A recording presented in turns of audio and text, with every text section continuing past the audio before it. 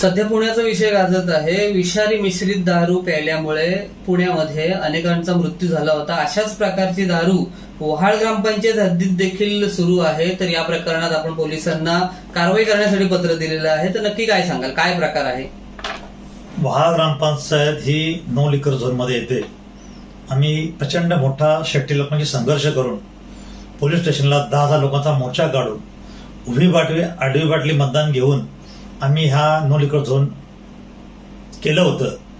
त्याच्यामुळे हे असं असताना सुद्धा सगळ्यात जास्त दारू विक्री या वहाळ ग्रामपंचायतमध्ये होते हे सांगायला मला दुर्दैव वाटतं.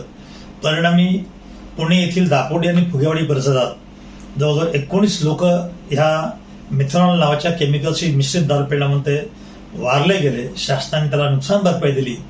म्हणजे असं असताना आदरणीय मुख्यमंत्री देवेंद्रजी फडणवीस यांनी सांगितलं की कुठल्याही प्रकारची यांची आम्ही गय करणार नाही. तर मी फडणवीस साहेबांना आपल्या चॅनलच्या माध्यमातून विनंती करू इच्छितो की त्यांनी या उलव्यामधली दारू बंद करावी.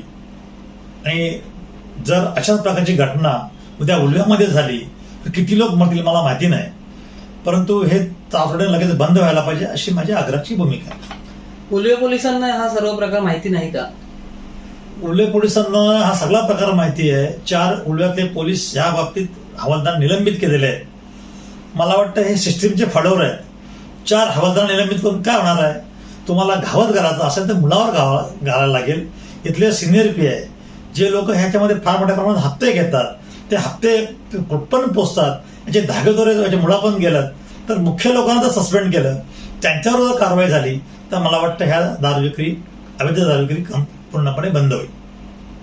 एवढ्या मोठ्या प्रमाणात या ठिकाणी बेकायदेशीर दारू विक्री सुरू असताना पोलीस कारवाई करत नाहीयेत. आपण पत्र देखील दिलेलं आहे.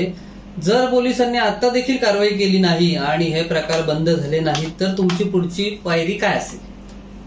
माझ्या आधानंतर लगेचच 2-3 दिवस ही दारू बंद होती.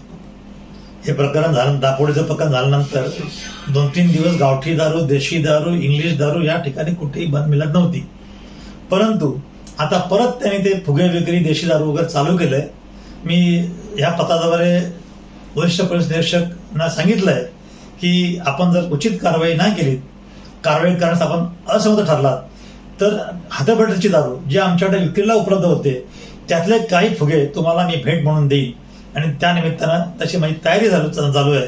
लवकरात लवकर आपल्या चॅनलच्या सोबतच जाऊन मी सिनियर पी साहेबांना हे दारूचे फुगे भेट देईन.